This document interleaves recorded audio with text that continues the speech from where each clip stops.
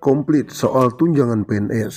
Ini aturan dalam Perpres terbaru tahun 2022. Pemerintah resmi menaikkan tunjangan pegawai negeri sipil atau tunjangan PNS setelah peraturan Presiden atau Perpres nomor 36 tahun 2022 tentang tunjangan jabatan fungsional pengawas peranata hubungan masyarakat disahkan.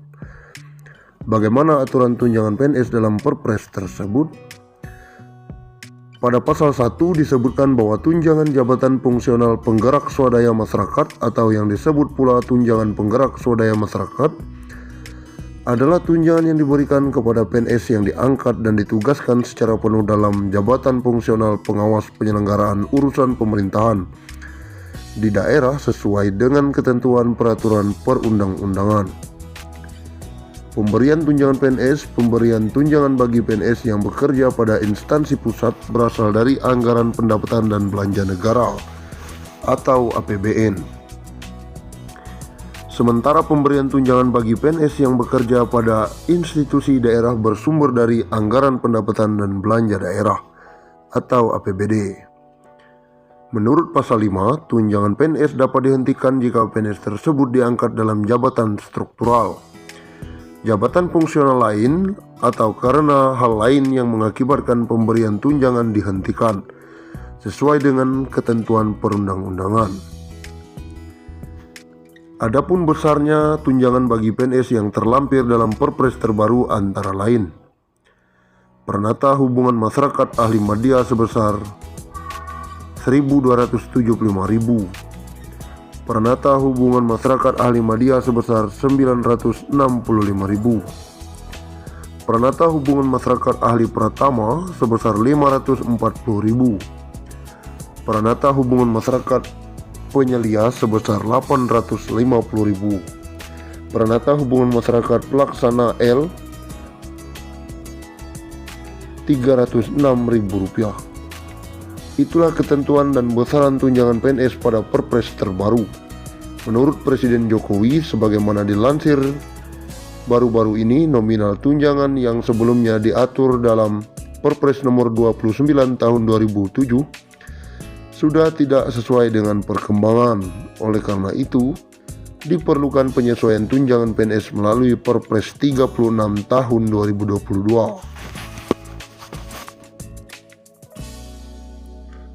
Pensiunan PNS dapat 1 miliar. Aturannya segera keluar. Tahun ini pemerintah membuka lowongan untuk calon pegawai negeri sipil atau CPNS. Salah satunya, kelebihan menjadi PNS adalah mendapatkan dana pensiun hingga hari tua.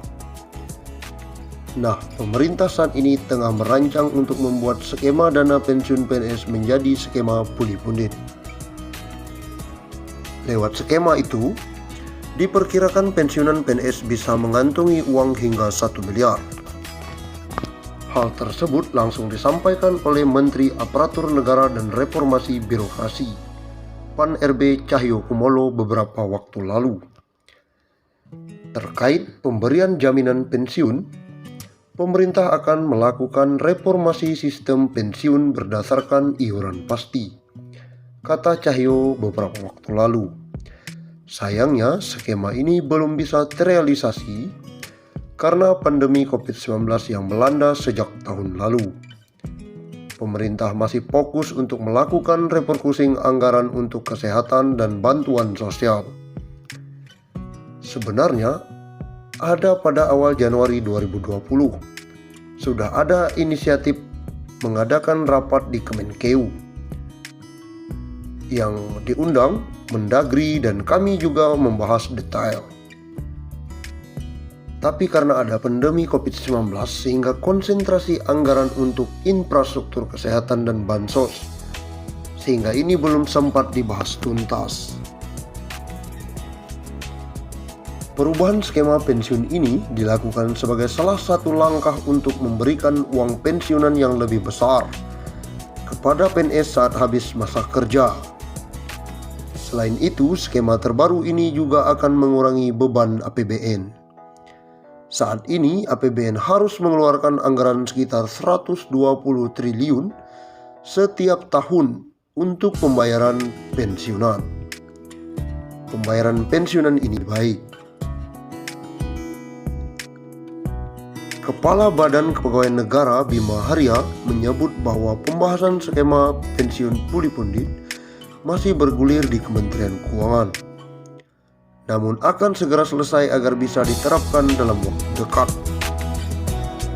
Berbicara saat penandatanganan komitmen pembangunan mal pelayanan publik, Cahyo awalnya mengaku berbicara dengan PT Taspen apakah mungkin pensiunan PNS mendapatkan pensiunan 1 miliar. Kami dengan Taspen juga sudah berdiskusi bagaimana pensiun ASN itu dapat tunjangan Taspennya bisa nggak mencapai 1 miliar. Berdasarkan perbincangan tersebut, Cahyo mengatakan kemungkinan bagi pensiunan PNS mendapatkan tunjangan tersebut masih terbuka lebar.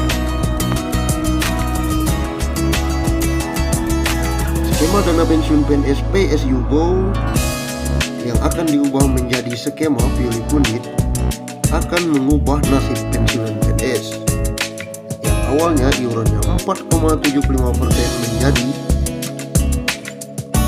70% dan ditambah dengan dana anggaran pendapatan belanja negara.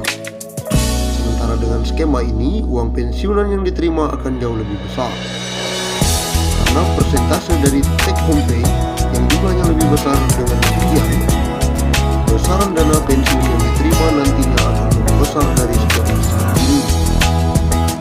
Skema pilih pundit selain diambil dari persentase, pembayaran juga akan dibayarkan patungan antara PNS dan pemerintah kepada kerja.